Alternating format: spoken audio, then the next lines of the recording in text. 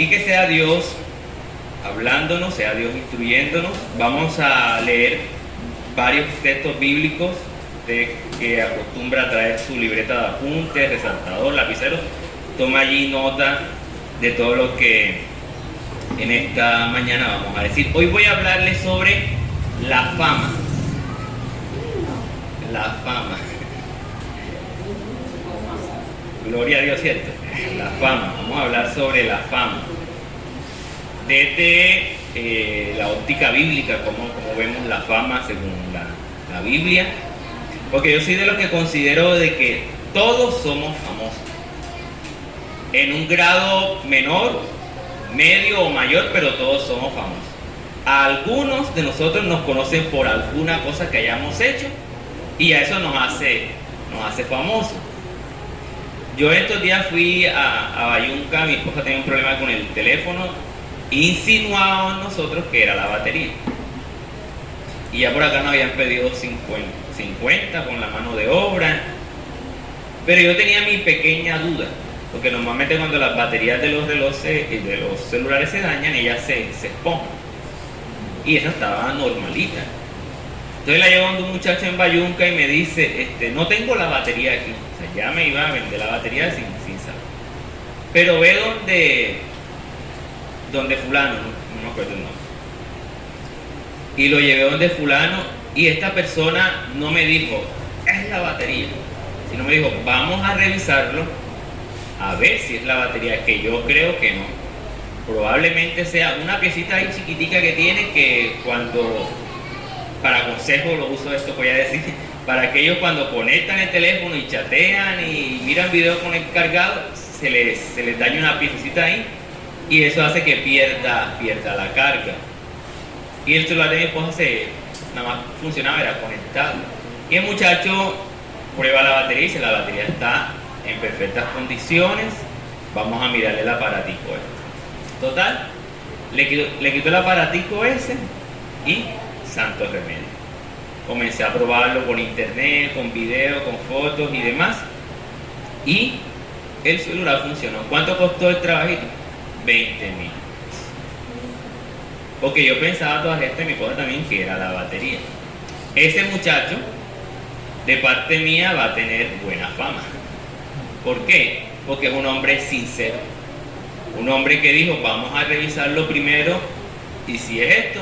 Entonces dice él, te hubieran engañado en otro lado. Te hubieran vendido una batería genérica y esta la hubiesen pulido y te lo hubieran vendido más cara, porque esta es la original. Así que el muchacho, excelente. Entonces, cada persona es famosa, ¿cierto? Hasta cierto nivel, menor, medio o mayor, es famosa. Y yo conseguí por aquí, porque hay que mirar diccionarios, conseguí en el diccionario de la Real Academia Española una definición sobre qué es la fama. Es la opinión que la gente tiene de alguien, no importa cuál sea el área. Y también otra definición es divulgarse y esparcirse. Y otra definición es acreditar a alguien. Es decir, que la fama es considerada como la opinión que uno tiene de otro. Y esa opinión se va multiplicando, ¿cierto? Pero hay buena fama y hay mala fama también, ¿cierto? Hay gente que tiene fama de tramposo. Esa es su fama.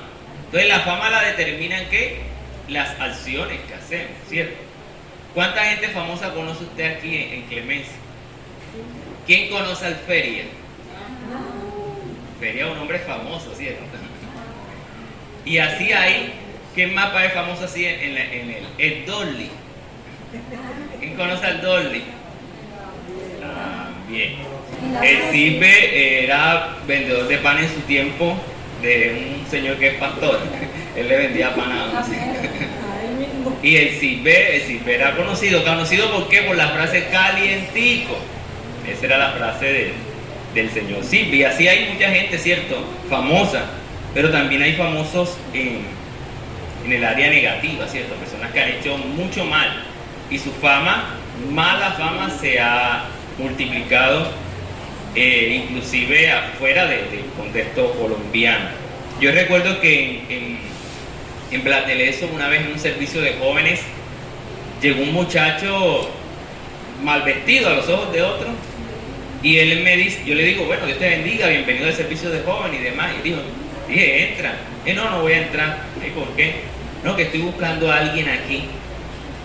¿Y a quién? Estoy buscando a mi novia. Hombre, pero qué bendición, si tu novia está aquí en la iglesia, entra tú también.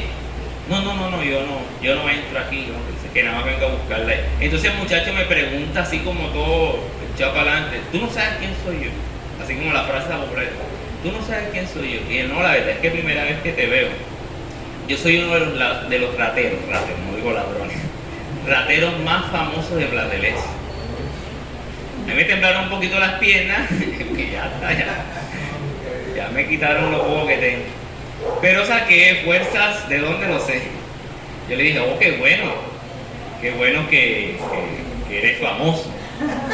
Entonces yo cogí lo aparté de los jóvenes y lo senté en una banca y comencé ahí a compartirle el evangelio a un famoso ladrón de Blas de Lezo. Entonces hay gente que cría mala fama, ¿cierto?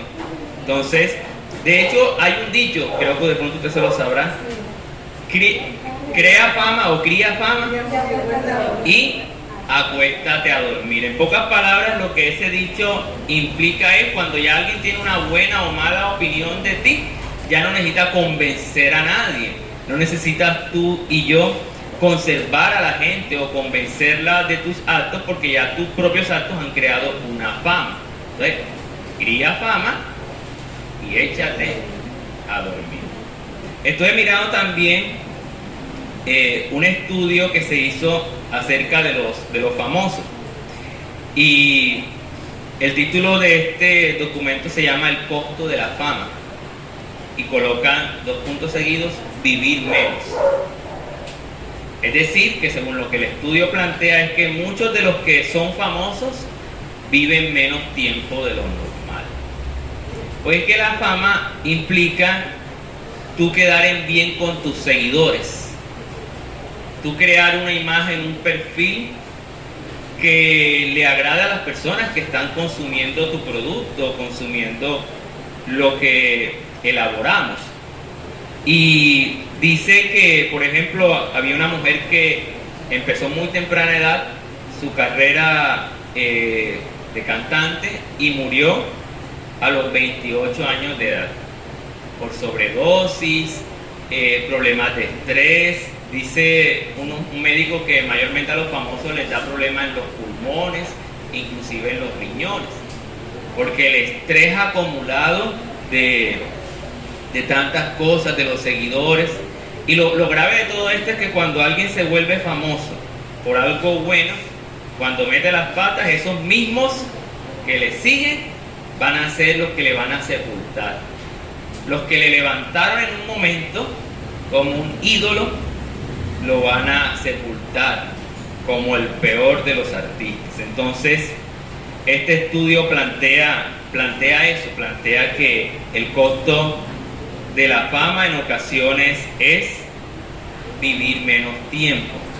Y hay una psicóloga, se llama, honey creo que quiere decir miel en español. Bueno, una psicóloga, yo no sé mucho gringolandia, pero una psicóloga dice que ella se especializa en el comportamiento de las celebridades. Dice que los resultados de los estudios que han hecho sugieren que hay grandes riesgos de perder la vida a temprana edad para personas que han llegado a un punto de la fama. Entre otras cosas, sus carreras cumplen el alto precio de vivir una vida de soledad. ¿Por qué? Porque se alejan de la familia, ¿cierto? Y comienzan a tener giras y demás. Y todas estas cosas comienzan a generar en la persona una presión en su vida pública. Ya no pueden ir al Subtimás a comprar con libertad, porque están los paparazzis allí para tomarle fotos. Pues esa gente sí es chismosa. Son chismosos profesionales, chismosos que han profesionalizado su mal arte. Y eso no puede estar famoso en la playa porque lo van a buscar allá y le toman la foto y dicen un montón de cosas. Y a veces esos famosos, esa presión social, esa presión de los medios de comunicación genera una crisis impresionante. Crisis que los llevan a ellos a consumir sustancias psicoactivas, crisis que los lleva inclusive a algunos de ellos al suicidio. Y esas personas están sus vidas en mucho riesgo. Entonces, sin embargo, nosotros cuando miramos la palabra del Señor, la palabra del Señor también usa esta expresión, la fama, y no hay nada de malo con ello, porque vuelvo y repito, creo que cada uno de nosotros somos famosos en un grado menor, medio o mayor. Y la Biblia habla de esto, habla de la fama. Y una de las personas famosas, según la Biblia, fue Jesús. La Biblia lo habla de manera muy textual. Y vamos a mirar varios textos bíblicos. Marcos capítulo 1, vamos a iniciar allí. Marcos capítulo 1, versículo 28.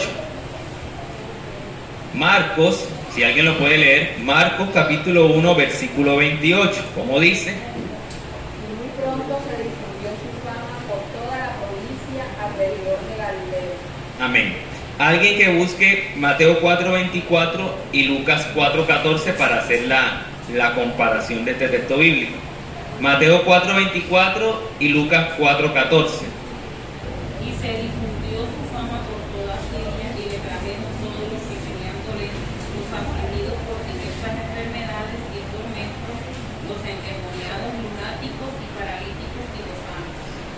Y 4:14 de Lucas. Y Jesús volvió en el poder del Espíritu a Galilea, y se difundió su fama por toda la tierra de alrededor. Amén. Lucas 5:15 dice, pero su fama se extendía más y más, y se reunía mucha gente para oírle y para que le sanase de sus enfermedades. Y 7:17 de Lucas dice, y se extendió la fama de él por toda Judea y por toda la región de alrededor. Entonces tenemos a Jesús en Galilea predicando, y se extiende su fama alrededor de Galilea, que se encuentra al norte de Palestina. Y tenemos a Jesús predicando en Judea y su fama extendiéndose alrededor de Judea, que está al sur de Palestina. Entonces, alrededor de estas provincias estaba lo que era Siria, estaba Samaria, estaba Capernaum, estaba Iturea, Decápolis, todas estas provincias, y tanto Galilea como Judea estaban como en el centro, y comienza la fama de Jesús a extenderse alrededor de todas estas provincias, sin Facebook, sin YouTube, sin Instagram, sin ninguna red social, sin el Cubo, sin el Teso, que eso mejor dicho, sin el Universal. Comienza a extenderse la fama de Jesús, ¿cierto? Es decir, que Jesús fue alguien famoso en su tiempo. Y hoy todavía debemos seguir extendiendo la fama de Jesús.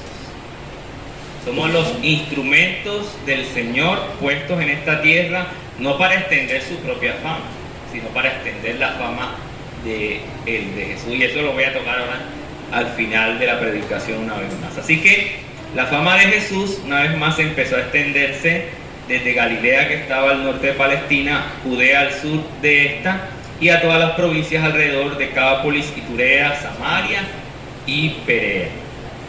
¿Qué factores influyeron en la fama de Jesús o para que Jesús se convirtiera en alguien famoso? ¿Qué factores influyeron para que Jesús se volviera famoso? Número uno, la opinión de otros. Número uno, la opinión de otros. Y esos textos vamos a verlos allí en el Evangelio de Marcos. Marcos capítulo 1, ahí mismo donde estábamos ahorita, en los versículos 7 y 8. ¿Qué factores influyeron en la fama de Jesús?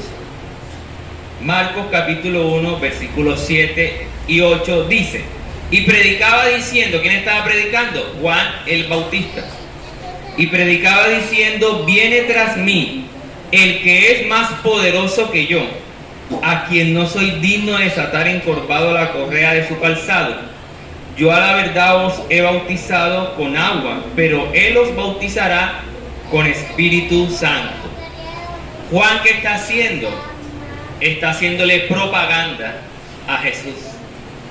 Juan, según el Evangelio de Lucas y la profecía del ángel Gabriel, era aquel hombre usado por Dios quien iba a preparar el camino del Señor. Entre otras cosas, Juan el Bautista era primo en la carne de nuestro Señor Jesucristo. Y mírese esta propaganda de parte de Juan: viene uno más poderoso que yo. O sea, eso es una gran propaganda. No, yo no juego fútbol, pero supongamos que yo jugara fútbol. No, yo le voy a traer a alguien aquí que juega mejor que yo.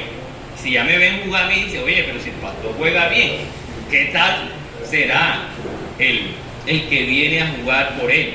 Si él dice que juega más que él, que entre otras cosas, ya por eso ni juego, porque yo soy malo jugando fútbol.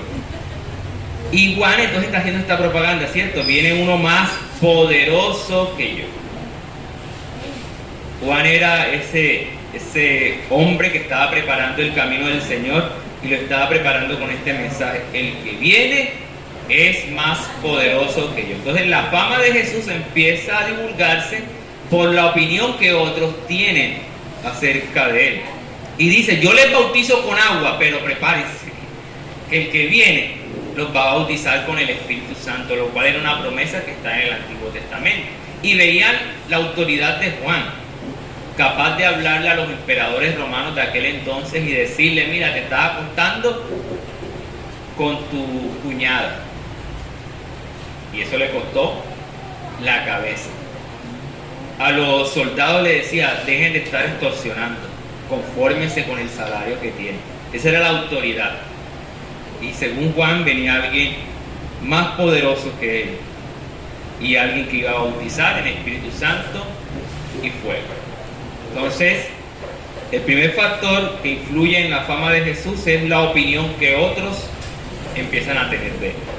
Entonces aquí tenemos la opinión de ¿quién? De Juan el Bautista. Pero mire esta otra opinión. Capítulo 1 de Marcos, ahí mismo donde estamos, en los versículo 11, Marcos 1:11. Y vino una voz de los cielos que decía: ¿esa es la voz de quién? ¿La voz de quién? Del Padre, ¿cierto? La voz de Dios sobre la persona de Jesús. La opinión que que el Padre lanza sobre Jesús es: este es mi Hijo amado, en quien tengo complacencia. Es decir, que allí en el bautismo de Jesús, la voz del cielo lanza una opinión, lanza una verdad sobre la vida de Jesús. Este es mi Hijo amado, en quien yo tengo complacencia. Dicho sea de paso, sorprende que la complacencia del corazón del Padre venga después del bautismo. Sorprende, ¿cierto? No dice el Padre cuando Jesús echa fuera a los demonios y dice: este es mi Hijo amado, que echa fuera de mí. Sino que casualmente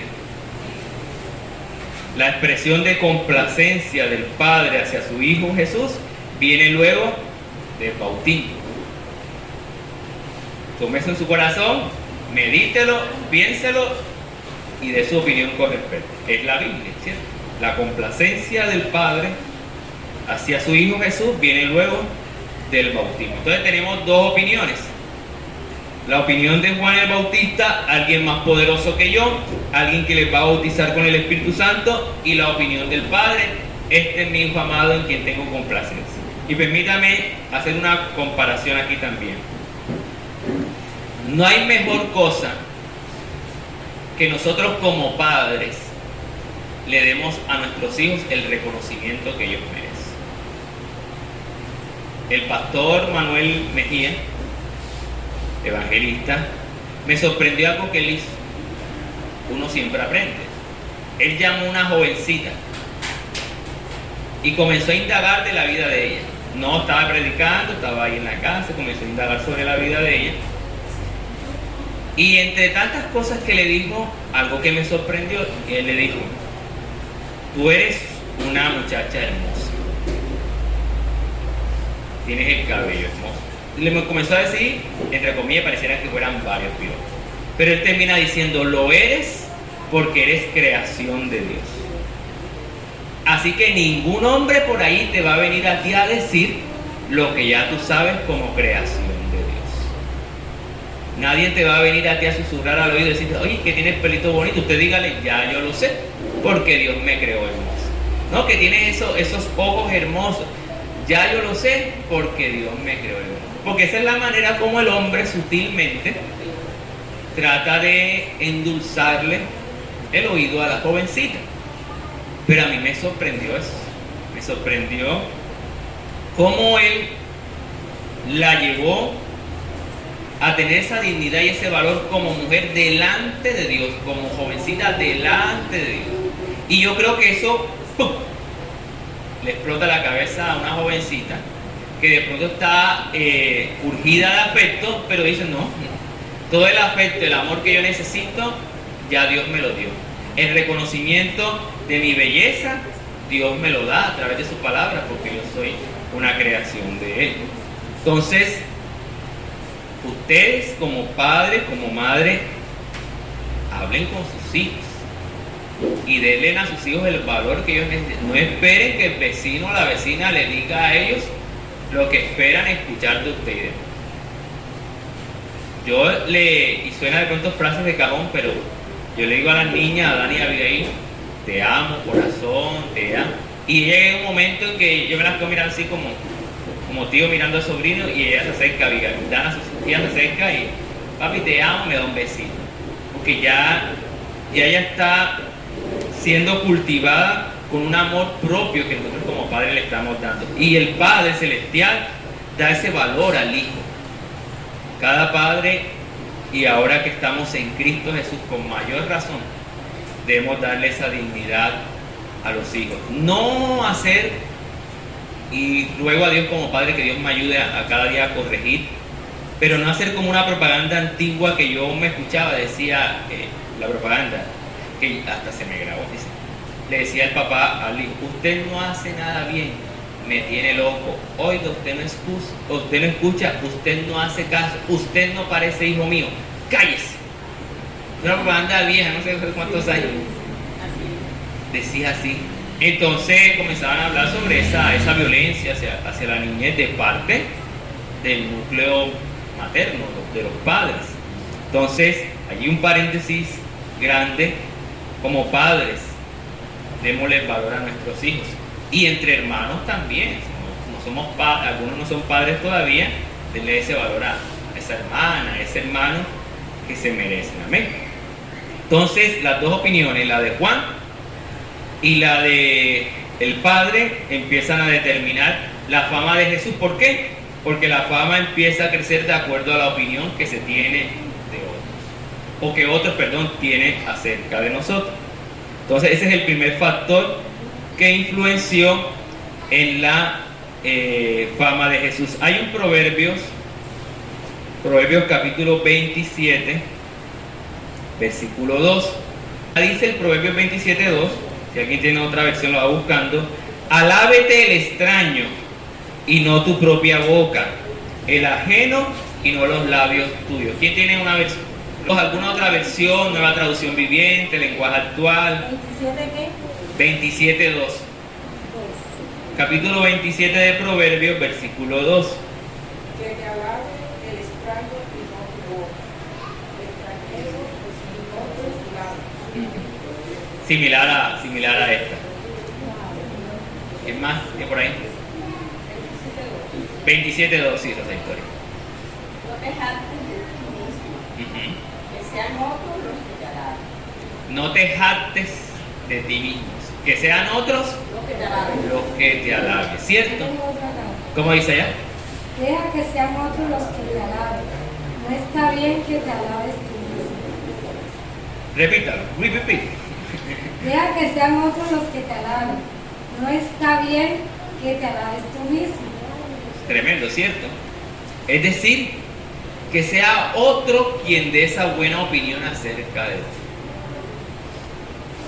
Es terrible, a veces uno tiene que a veces manifestar sus conocimientos, lo que sabe y demás, pero cuando entramos en ese círculo de siempre yo estar dando mis credenciales o diciendo lo que soy o lo qué sé yo, tenemos un pequeño riesgo de pensar y de que estamos nosotros mismos alabándonos. Hay un dicho que dice que uno mismo es el que se recomienda, ¿cierto? Es decir, que si uno hace un buen trabajo, yo le hago un buen trabajo a Ney, allá le hago un buen corral para la gallina. Ney, cuando escuche por allí, ay, yo quiero hacer un corral de una gallina, Ney va a decir, hombre, yo tengo un tipo allá que el hombre trabaja bien los corrales de gallina. Si quieres te lo llamo, te pongo en contacto con él para que te haga uno. ¿Por qué? Porque la fama me la está dando ella, la opinión de ella, pero no estar yo divulgando mis triunfos, e inclusive a veces para ganar personas, para mostrarme como el que más sabe o el que más puede hacer las cosas. Entonces el proverbio, el consejo es que sea otro quien dé esa buena opinión acerca de ti. No te preocupes por eso. Jesús en un momento le pregunta a los discípulos, ¿cierto? ¿Quiénes dicen la gente que soy yo? Y comenzaron los discípulos a decir, la opinión que ellos tienen de ti es esta. Y Jesús viene y les pregunta, ahora, ¿cuál es la opinión que ustedes tienen acerca de mí? Ustedes que caminan conmigo, que comen conmigo, que duermen conmigo, que no comen conmigo a veces, porque a veces no había para comer en Jesús y su grupo. Y vienen los discípulos en la vocería de Pedro y dicen, tú eres el Cristo, el Hijo del Dios viviente. Pero es otro el que comienza a dar la opinión a nuestras vidas. Entonces, usted compórtese como debe comportarse, como un cristiano, como un hijo de Dios, y que sea otro hablando bien de usted. Entonces, ese es el primer factor. Voy al segundo para ir adelantando. El segundo es lo que hace que influyera en la fama de Jesús, es el discurso o lo que decía. El discurso o lo que decía. Allí mismo en Marcos, capítulo 1, no vamos todavía a salir de Marcos. El segundo punto es el discurso o lo que decía, era lo que influía en la fama de Jesús. Versículo 21 y 22 de Marcos 1, perdón. Y entraron en Capernaum y los días de reposo, entrando en la sinagoga, enseñaba y se admiraban de su doctrina. ¿Qué pasaba con lo que enseñaba Jesús? La gente ¿qué? Decía en griego, wow. Admiraba del griego, wow. Se admiraba. Decían, impresionante. Como quien tiene autoridad y no como los escribas. Escribas que entre otras cosas eran parte de los intérpretes de la palabra, no le llegaban ni a los tobillos a Jesús en la forma como él enseñaba. La gente que se admiraba de la forma como Jesús enseñaba. Ahí mismo en Marcos 1, el versículo 45. Marcos 1, 45. Perdón, Mateo 13, 54. Quítese de su mente Marcos 1, esa es otra cita para otro punto. Mateo 13, 54. 13. Ya le di spoiler de la próxima cita. Mateo capítulo 13, versículo 54.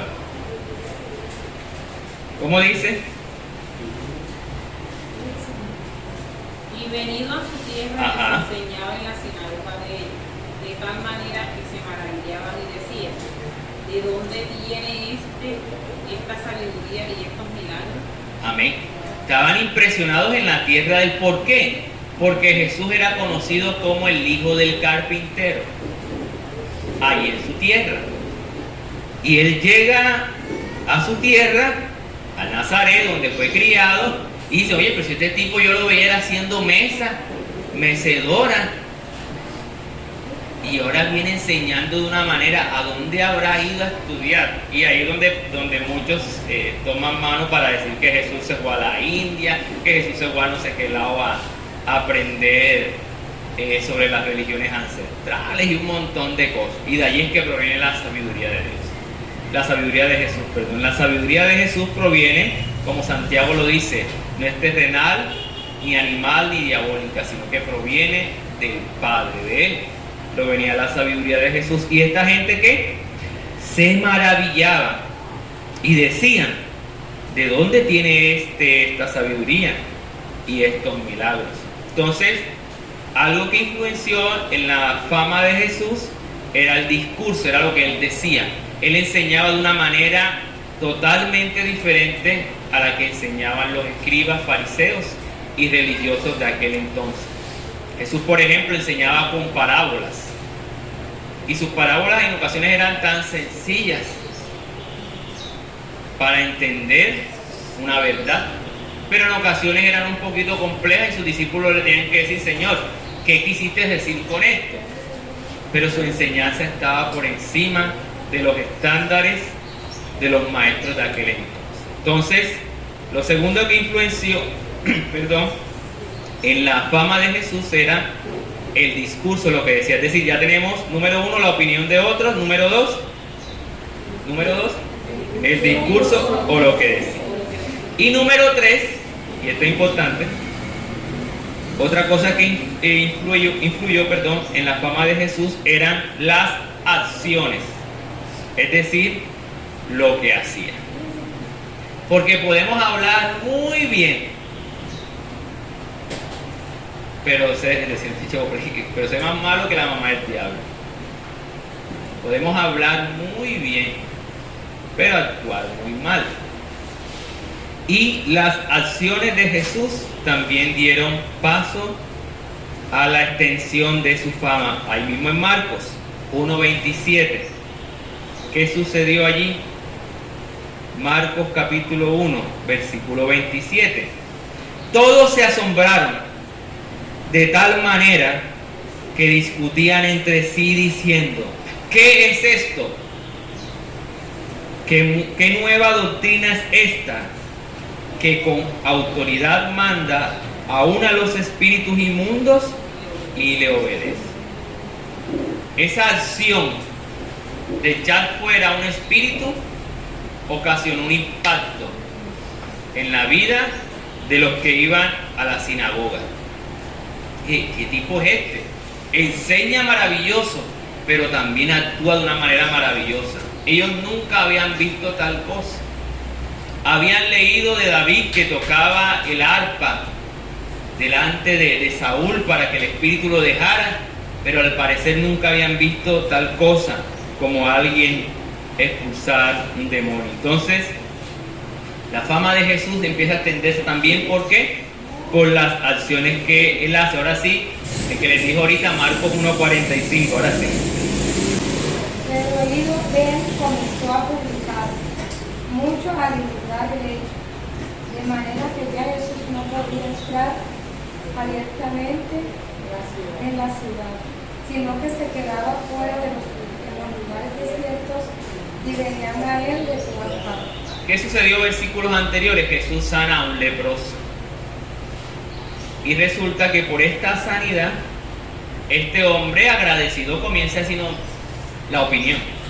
Este hombre me sanó.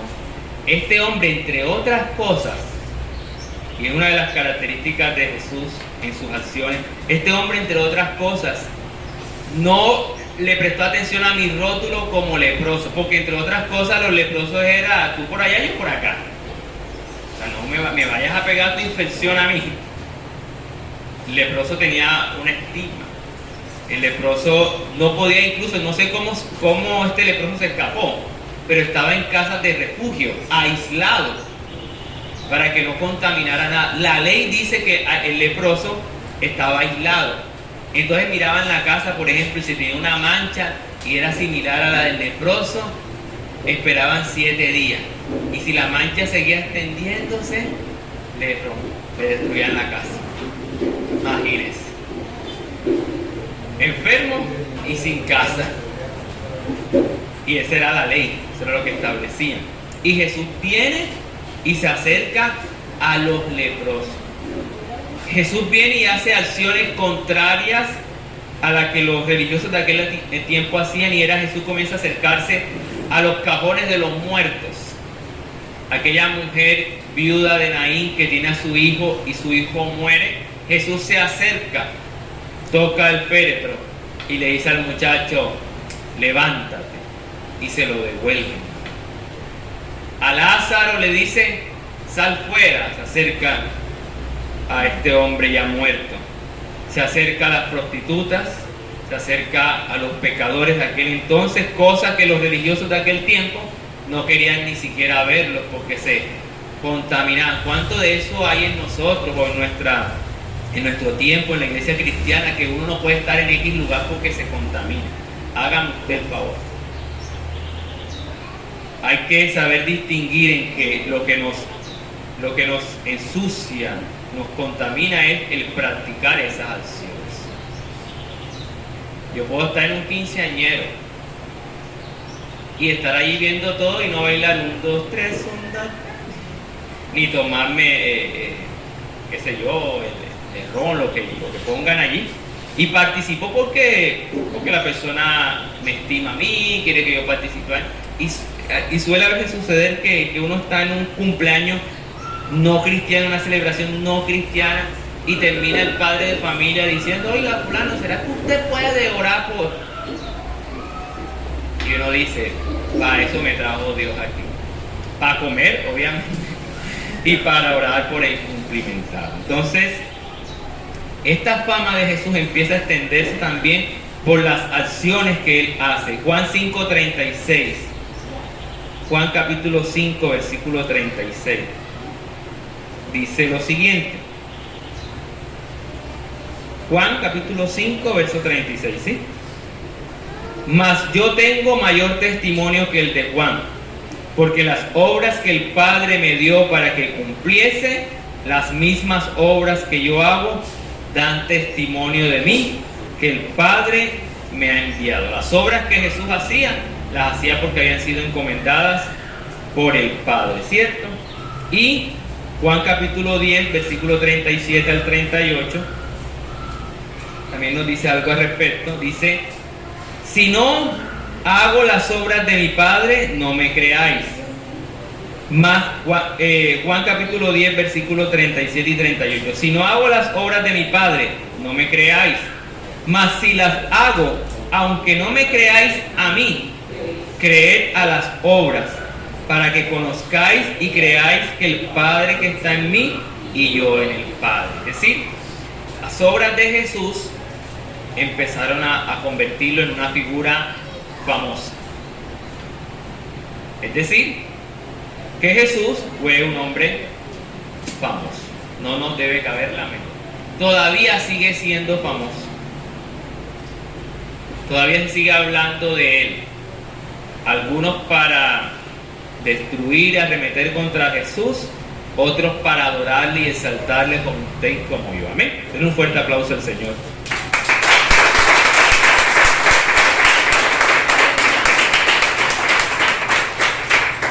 Y a todo famoso, ¿qué le sucede? Hay gente que le sigue. Síguenos en nuestras redes sociales. Como de Juancito Puñalá, y que juancitopuñalá.com.co, en esta página de internet. Los que estuvieron en la actividad saben que y bueno, los que lo vieron por internet saben también. Sí, Jesús,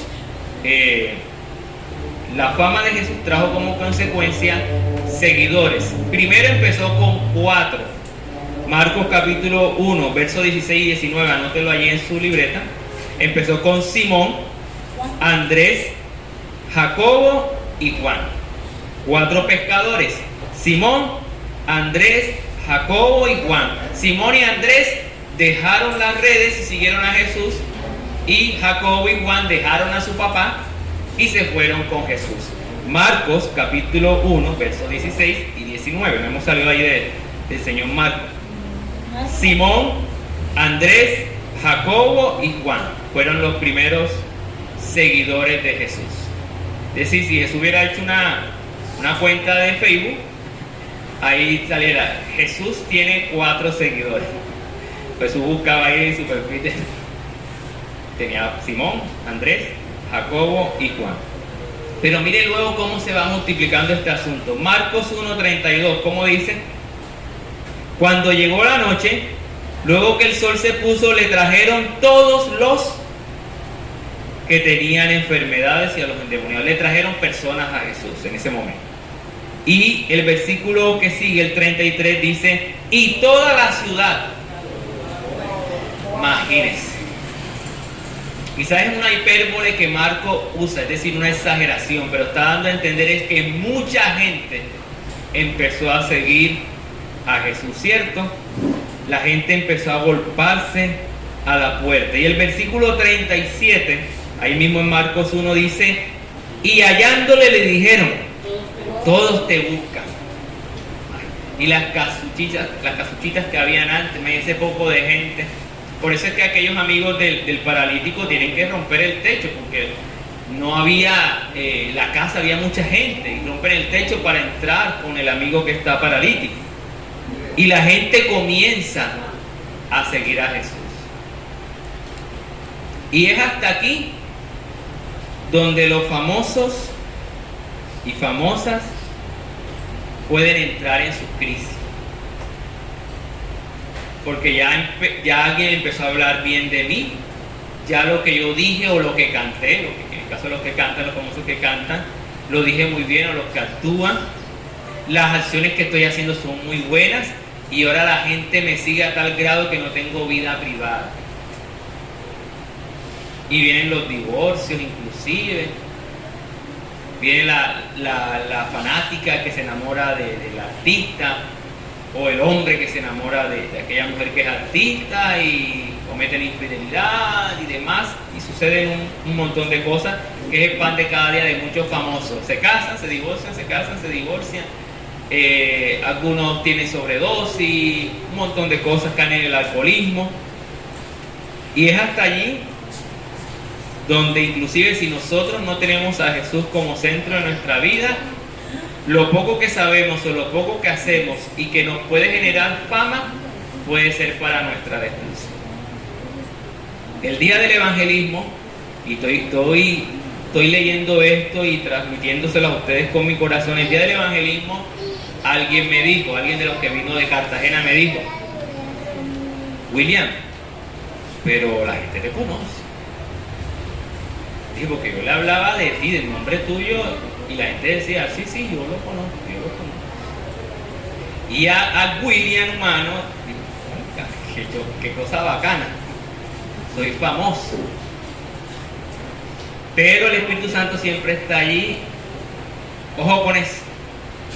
¿Por qué? Porque esa buena fama, ese reconocimiento, inclusive en el sector que estuvimos, que fue este sector, si no lo manejo en Cristo, estoy hablando de manera personal, si yo no lo manejo en Cristo, puede ser objeto de perdición para mi propia vida. No es que a mí me conocen más que a Eudes, y eso que Eudes tiene más años. Es que a mí me conocen más que José David de la Rosa y su esposa, que inclusive tienen un negocio y caminan más que yo. Esa fama puede ser un daño para mi vida si no la manejo en el Señor. Entonces la gran pregunta aquí es: si somos famosos en Jesús y para Jesús, ¿cómo vamos a manejar eso? Vamos a ver cómo lo manejó Jesús y ya estamos para terminar. Ahí mismo en Marcos, usted leyó conmigo al inicio Marcos 1:28. Marcos 1:28 dice: y muy pronto se difundió su fama por toda la provincia alrededor de Galilea. ¿Qué viene después del 28? Todos respóndanme. ¿Qué viene después del 28?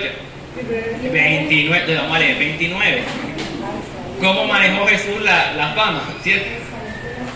Al salir de la sinagoga, donde empezó la fama a crecer, vinieron a casa de Simón. No voy a explicar mucho esto porque hablé de la suegra de Pedro y la sanación de la suegra de Pedro y todas estas cosas.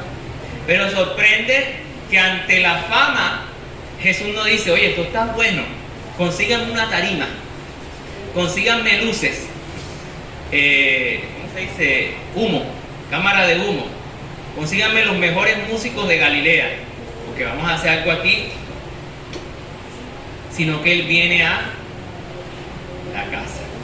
Después que la fama de Él empieza a surgir, a correr la voz de lo que hacía, de lo que decía, o de la opinión que tenían Juan y el Padre acerca de Él, Jesús viene a la casa.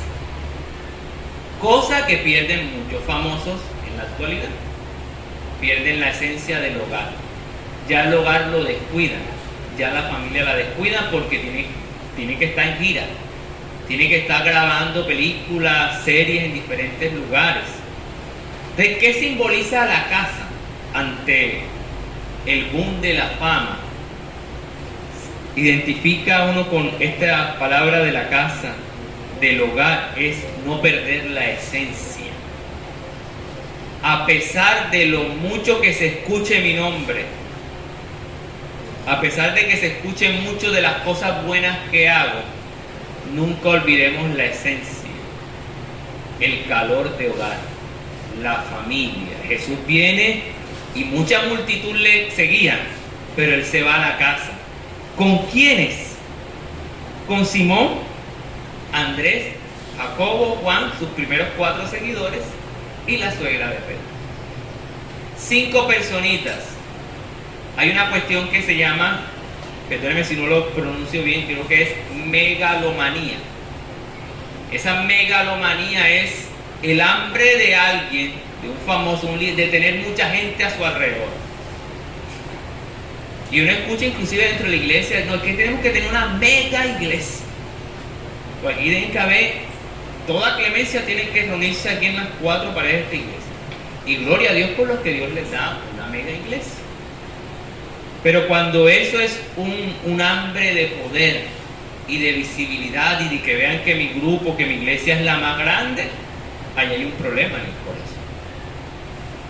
Y Jesús deja a un lado las multitudes y se va con sus 4 primeros seguidores y la suegra de Pedro al calor del hogar, donde vas a poder tomarte el café como lo hace tu esposa, tu esposo.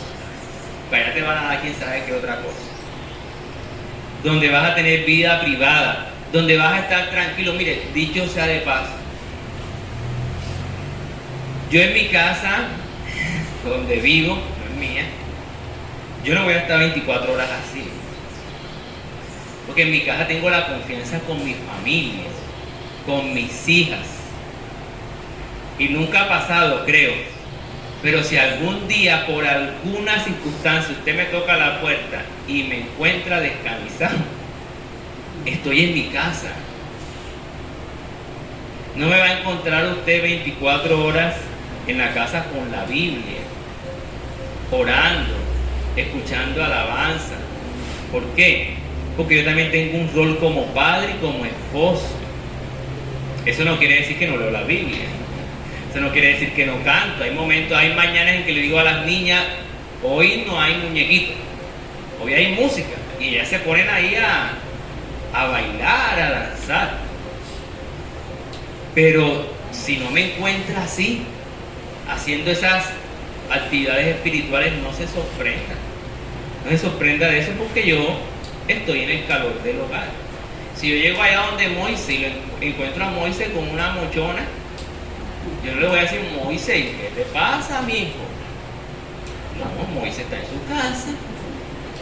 Y lo que pase de la puerta de la casa para adentro, eso es asunto mío. No, pastor, es que usted está mostrando las piernas. Yo no se las estoy mostrando al público. Se las estoy mostrando a mis hijas y a mi esposa. Y mi esposa es testigo, ya sabe, inclusive cuando voy donde el mono o donde el Wichi, yo me quito mi pantaloneta, mi mocho tipo Carlos Vive y salgo con mi pantalón largo. Porque allá el mono no necesita ver mis piernas. el cuichi tampoco. Entonces, ese valor del calor de hogar hace que usted y yo, a pesar de que nuestras palabras, nuestras acciones generen cierta fama en nosotros, nos mantengamos siempre humildes y sencillos. Allí en la casa, tranquilito. Probablemente me pueda encontrar con el celular viendo videos, o inclusive jugando. Porque entre otras cosas es mi teléfono y hago con él lo que yo quiero. ¿Cierto? Estoy en mi casa, estoy en mi hogar. Y lo mismo va a pasar cuando yo vaya donde ustedes. A veces llego donde algunas hermanas, pastor, pero estoy haciendo algo. Y no me importa. Está en su casa, si usted quiere estar en su casa con el pelo como un sol, eso es problema suyo. Está en su casa. Está en su familia. Y Jesús sorprende de que ante la fama se va para lo humilde de una casa, de un hogar. La esencia. No perder la esencia, ¿cierto? Y que por mucho que crezcamos como iglesia, avancemos, que tengamos funciones de liderazgo aquí, siempre nos mantengamos allí con esa esencia, con esa sencillez. ¿Amén? Y hay otra cosita que Jesús hacía para tratar de lidiar con la fama. Lucas capítulo 5, versículos 15 y 16. Lucas 5, 15 al 16. Me faltan 2 textos bíblicos después de esto y terminamos. Lucas 5, del 15 al 16, dice lo siguiente. Pero su fama se extendía más y se reunía mucha gente para oírle y para que le sanase de sus enfermedades. Versículo 16. ¿Por qué lo hacía? Jesús es 100% hombre y 100% Dios. En su humanidad, la atención de mucha gente, el seguimiento de mucha gente podía producir cierto orgullo en su humanidad. ¿Y qué hacía Jesús? Se apartaba a lugares desiertos a orar. Ese día que el hermano Marcos Javier me dijo eso, yo dije, Señor, aquí estoy. No permitas que esto se me suba a la cabeza. Permitas que el buen testimonio, que gracias a ti he adquirido, no se me suba a la cabeza, como que, soy el más importante. Y me fui aparte a orar, a buscar el rostro del Señor. Este es el ejemplo de Jesús. Ir a la esencia, ir al hogar, a lo cotidiano, pero también ir al trono de la gracia, ir al Padre. Porque en el momento más exitoso de nuestra vida, el enemigo puede pincharnos con el virus del orgullo y de pensar que somos grandes porque nos hemos esforzado demasiado. Y un último texto bíblico, o 2 últimos textos bíblicos para esto. Juan capítulo 7, versículo 18. Entonces, Marcos 1:29, como Jesús manejó la fama, es Jesús llegó al calor del hogar. Lucas 5, del 15 al 16, Jesús se apartaba a solas con el Padre. Y Juan 7:18 y Juan 8:50, para que los lea en su casa, Jesús siempre daba la gloria al Padre por lo que Él era. Porque yo sí canto bien, gracias a Dios. Y ahí en esos 2 textos bíblicos que les dije que escribieran, Juan 7:18 y Juan 8:50, Jesús comienza a hablar que la obra que Él la hace para la gloria de Dios y que Él no busca su propia gloria, sino la gloria de aquel que le envió. Y esa debe ser la tarea de la iglesia. Porque entre otras cosas, y ya termino con esto, debemos seguir extendiendo la fama de Jesús. Pero los instrumentos para extender esa fama de Jesús somos nosotros. Y podemos correr el riesgo de pensar que los famosos somos nosotros y no Él. Porque nosotros somos los que estamos siendo utilizados por Él. Aquella historia de Jesús entrando por las puertas de Jerusalén montado en un pollino, de ahí se sacó un chiste diciendo que el burrito el día siguiente llegó al pesebre y dijo: oye, si vieras cómo me decían a mí, Hosana, Hosana, bendito el que viene en el nombre del Señor. Y el burrito estaba orgulloso porque él pensaba que era. Y llegó otro burro y le dijo, no seas tan burro. Esas palabras no eran para ti, esas palabras eran para el que estaba montado encima de él. Y el burrito, porque entre otras cosas se conoce como Domingo de Ramos. Oye, fueron ramos, pero también fueron mantos que se lanzaron. Y el burrito pisoteaba esos mantos. Y el burrito así orgulloso, pisando eso, ya no pisando la tierra. Pero lo importante no era el burrito. El importante era el que estaba encima del burrito. El importante no eres tú ni yo como instrumentos de Dios. Es Dios que te está utilizando a ti. Y gloria a Dios si tu nombre es reconocido en el pueblo. Pero que usted pueda decirle, denle la gloria a Dios, hermano. Darle gloria a Dios porque está siendo utilizada por Él. Así que sigamos trabajando en extender la fama de Jesús, pero que ningún día perdamos de vista que es Él, que merece toda la gloria y toda la honra. Amén. Den un aplauso al Señor.